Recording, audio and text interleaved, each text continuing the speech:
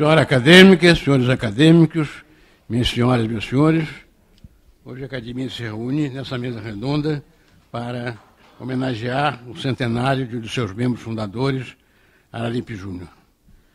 Dois especialistas vão falar sobre ele, o nosso acadêmico Sérgio Monet e o senhor doutor Araripe, seu descendente. Na qualidade de coordenador, me cabe muito pouco falar, porque eles têm muito mais a dizer. Eu queria fazer suas observações de caracterizar que Tristão de Araripe Júnior, Silvio Romero e José Veríssimo correspondem ao grupo que renovou a crítica brasileira no final do século passado, e foram 3 acadêmicos fundadores desta casa e que se dedicaram ao trabalho desta casa. Silvio Romero e José Veríssimo escreveram uma história da literatura brasileira. Araripe Júnior não chegou a fazê-lo, mas podemos dizer que a sua obra constitui uma verdadeira história da literatura. São 5 volumes de crítica que a Afrânio Coutinho reuniu numa publicação da Casa Barbosa e que revelam, portanto, esse trabalho crítico excepcional de Araripe Júnior.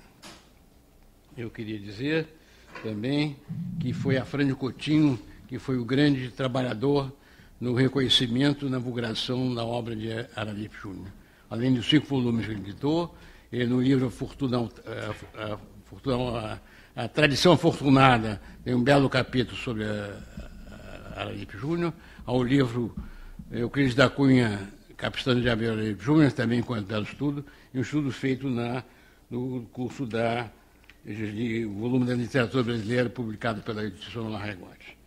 Eu não tenho a negar, mas queria fazer só uma referência e mostrar que na crítica de Araripe Júnior ele foi realmente pioneiro no reconhecimento dos sertões de Euclides da Cunha.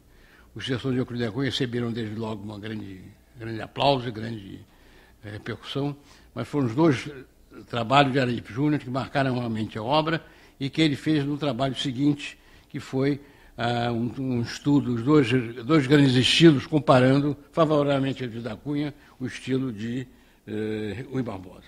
E, finalmente, uma deformação do ofício, eu quero caracterizar também que ele foi um grande jurista. Ele foi o consultor da República de 1902 a 1913, e esses estudos estão reunidos no volume da consultoria, e ele realmente se revelava um jurista de grande peso, na tradição da época que vem de Nabuco, Teixeira de Freitas e Lafayette, que são pareceres concisos, uma ligeira referência à remissão à doutrina estrangeira, e que esses pareceres realmente se revelam através do argumento da autoridade. Não são 50 páginas para escolher. Ele diz o que ele acha de dizer e que destaca por isso. Eu vou dar a palavra ao acadêmico Sérgio Monet, que dispensa comentários, é a figura conhecida na literatura, o crítico, o pensador, o notável estudioso, que está fazendo esse trabalho notável de preparar a correspondência completa de Machado de Assis, de modo que eu imediatamente dou a palavra a Sérgio Monet. Muito obrigado. Muito obrigado, senhor presidente. Eu vou falar de uma maneira bastante sucinta. Está dando para ouvir? Vou falar de uma maneira bastante sucinta, porque eu, conversando com o Oscar Araripe, eu tenho a impressão que ele tem coisas mais importantes a dizer, mais substanciais e mais novas a dizer, de modo que eu vou cumprir rapidamente o meu papel e, em seguida, estaremos todos ansiosos e aproveitaremos muito com isso de ouvir o que Oscar Araripe tem a dizer sobre o seu antepassado. Como o Venâncio acaba de dizer, juntamente com Silvio Romero e José Veríssimo, Araripe Júnior faz parte do que se tem chamado a trindade crítica da época naturalista e positivista. No caso de Araripe Júnior, essa designação é parcialmente inexata. Pertencente à geração de 1870, colega e amigo de Tobias Barreto, ele foi, sim, adepto da teoria kantiana dos 3 estágios e do determinismo de Taine, que atribuía, como se sabe, influência decisiva à raça, ao meio e ao momento histórico. Mas nunca foi um determinista consequente. Ele foi salvo do dogmatismo pela falta de coerência. Não endossou nunca as teorias racistas ou racialistas, então em voga na Europa, e que tanto impressionaram Euclides da Cunha e Silvio Romero. Seu abolicionismo o impedia de acreditar, como Gobineau, na desigualdade das raças humanas. Nacionalista convicto, ele não via na história uma camisa de força que acorrentasse o desenvolvimento autônomo do Brasil ao amadurecimento das condições objetivas, segundo um jargão que entraria em moda algumas gerações depois. Quanto ao meio, Araripe Júnior não disse que ele agia de modo exclusivo sobre o escritor, e sim em conjunção com a influência das ideias e hábitos mentais da Europa, devidamente modificada pelo meio tropical. É sobre essas ideias que o meio atua, transformando-as, e não de forma imediata, sobre o espírito do escritor.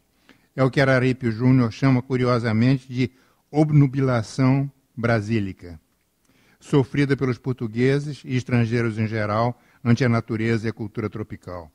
O meio era tão acachapante em sua exuberância que o europeu simplesmente esquecia de ser europeu, o seu europeísmo era parcialmente deformado pela influência ofuscante do sol tropical. Os hábitos mentais europeus eram parcialmente obnubilados, abrindo espaço para as influências do novo meio. É assim que Araripe Júnior, por exemplo, explica as adaptações sofridas pelo naturalismo brasileiro. Ele é o resultante de duas forças, segundo diz lapidarmente Araripe Júnior: Zola e a obnubilação brasílica. Trouxeram as ideias de Zola, mas ficaram obnubilados, esqueceram parcialmente, deixaram essas ideias europeias serem penetradas pela influência do meio tropical.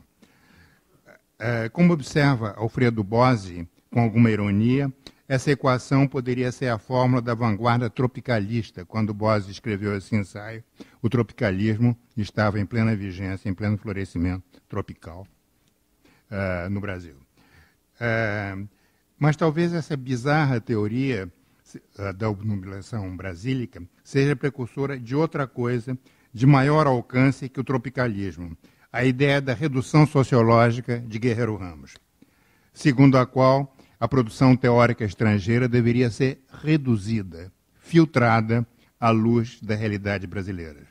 Para Araripe Júnior, essa filtragem seria um efeito automático do meio, ao passo que para Guerreiro Ramos seria objeto de uma decisão teórica, de uma decisão política. O meio sozinho seria incapaz de livrar os europeus do seu lastro de ideias inadaptadas à realidade brasileira. A verdade é que Araripe Júnior representa um pensamento misto, em que coexistem numa relação tensa o romantismo dos que defendem causas patrióticas e humanitárias e o cientificismo dos que pretendem aplicar Comte, Taine ou Darwin mecanicamente para compreender a realidade brasileira. É isso que dá ao determinismo de Araripe Júnior sua tonalidade flexível, aberta, em que as causalidades rígidas são flexibilizadas, substituídas por tendências ou traços de temperamento. É segundo esse critério que ele exerce seu ofício de crítico literário, fazendo análises magistrais de Alencar, Raul Pompeia, Gregório de Matos e Machado de Assis. Tema da minha palestra de hoje. Eu esqueci de dizer o título, mas o título é Araripe Júnior, crítico de Machado de Assis. Araripe Júnior escreveu vários artigos sobre Machado de Assis. O primeiro foi uma resenha das Falenas, em 1870, feita quando o rapaz de 22 anos ainda estava no Recife. Em 1882, já fixado na corte, comentou o conto O Medalhão, em papéis avulsos, dizendo tratar-se de uma espécie funesta que se difundia cada vez mais no Brasil. Naquele tempo havia medalhões, isso acabou. O lançamento de Quincas Borba em fins de 1891 motivou 3 artigos de Araripe Júnior, todo na Gazeta de Notícias.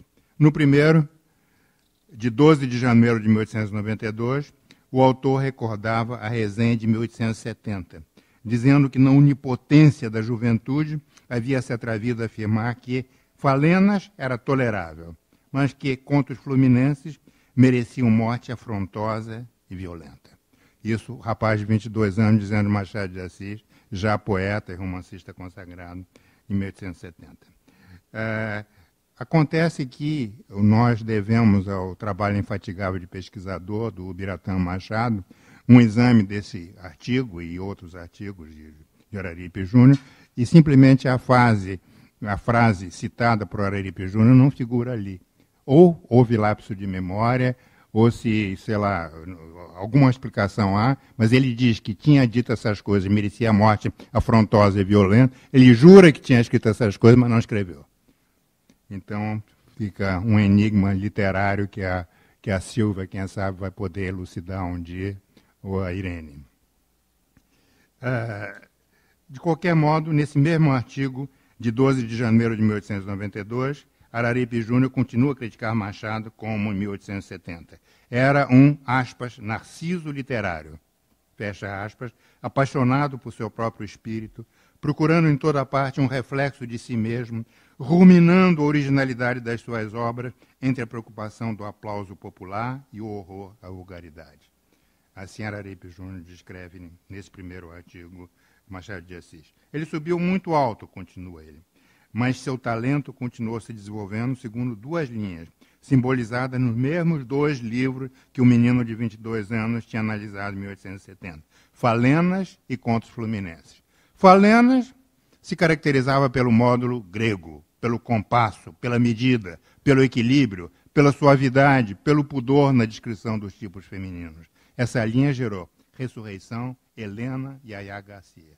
Mas a segunda linha, representada por Contos Fluminenses, era aquela em que Machado, usando a técnica do humor negro, dava plena vazão ao seu temperamento excêntrico.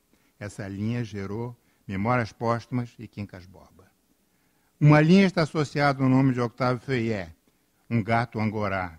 A metáfora zoológica é dele, um gato angorá. Outra, a Lawrence Stern, um urso filósofo. Araripe prefere o urso ao gato, e por isso gosta mais de Memórias Póstumas que de Helena. Tinha toda a razão.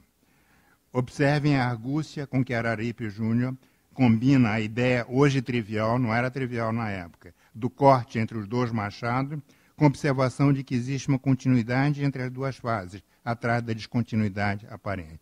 Houve corte, sim, mas não houve desaparecimento total da primeira fase. A primeira fase não foi deletada, continuou sobrevivendo na segunda.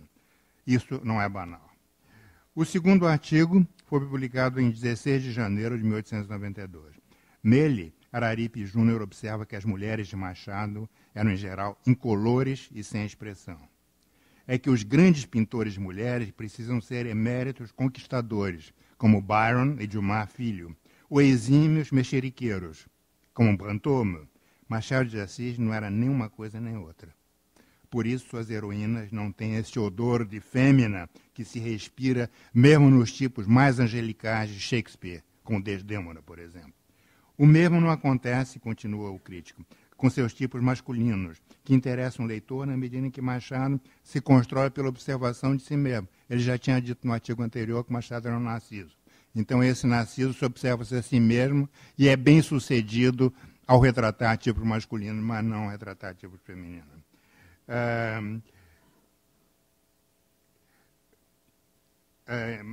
Então Machado construía pela observação de si mesmo os seus personagens masculinos. Mas a mulher, diz Araripe, é para ele uma das fórmulas cabalísticas das ciências ocultas. O desespero da carne, os prazeres de Popeia, as convulsões do gozo, tudo isso lhe é estranho. Daí o caráter incompreensível da personalidade de Sofia de Quincas Borba, sem nenhuma verdade interna, porque é, ao mesmo tempo, uma adúltera potencial e uma esposa honesta.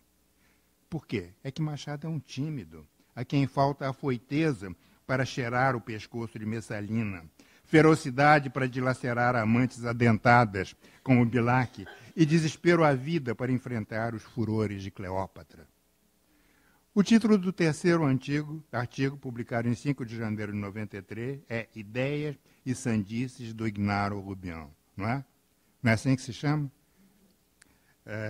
Nele, o autor percebe, com a sua habitual sutileza, que Machado estava satirizando as duas filosofias do século, o positivismo e o darwinismo, e pergunta, não seria o Ignaro Rubião uma alegoria do Ignaro Brasil? A quem se procura impingir essas duas teorias sem que ele tenha capacidade de compreendê-las? No intervalo dessas publicações, Araripe Júnior e Machado se encontravam frequentemente no Clube Beethoven, um clube dedicado aos melômanos do segundo reinado. Em suas conversas, o crítico sugeriu que Machado escrevesse um novo romance, em que as supostas imperfeições na construção da personagem de Sofia fossem removidas. Com isso, haveria uma trilogia, em que o novo livro, que poderia intitular-se A Transfiguração de Sofia, continuaria Quincas Borba, assim como Quincas Borba fora a continuação de Brás Cubas. Um romance emendaria no outro. Machado refletiu e acabou rejeitando a sugestão. Sofia está toda aqui, disse ele no prólogo à terceira edição de Quincas Borba. A ABL está publicando proximamente, no terceiro volume da correspondência de Machado de Assis, algumas cartas de Araripe Júnior a Machado. Numa delas, de 11 de dezembro de 1894, o crítico diz que estava a reler Brás Cubas no intuito de ver se descobria modos de obrigar Machado a escrever a Transfiguração de Sofia. Mas o Machado era realmente cordial, bem-educado e teimoso. Não aceitou a sugestão. Em março de 1895, Araripe Júnior publicou na Revista Brasileira um artigo substancial sobre a obra de Machado. Foi uma das mais importantes publicações de conjunto publicadas sobre Machado de Assis na época. O crítico classifica Machado como um beneditino da arte e como filho das suas obras, não devendo a reputação que tem, senão ao próprio trabalho. Insiste na tese da continuidade dentro da descontinuidade, dizendo que Memórias Póstumas e Quincas Borba não são senão o desenvolvimento do humor, de contos como Miss Dollar e Luiz Soares, de contos fluminenses. Continuidade dentro da descontinuidade. Durante muito tempo, Machado se iludiu com relação ao próprio talento, julgando-se um psicólogo e um observador de tipos,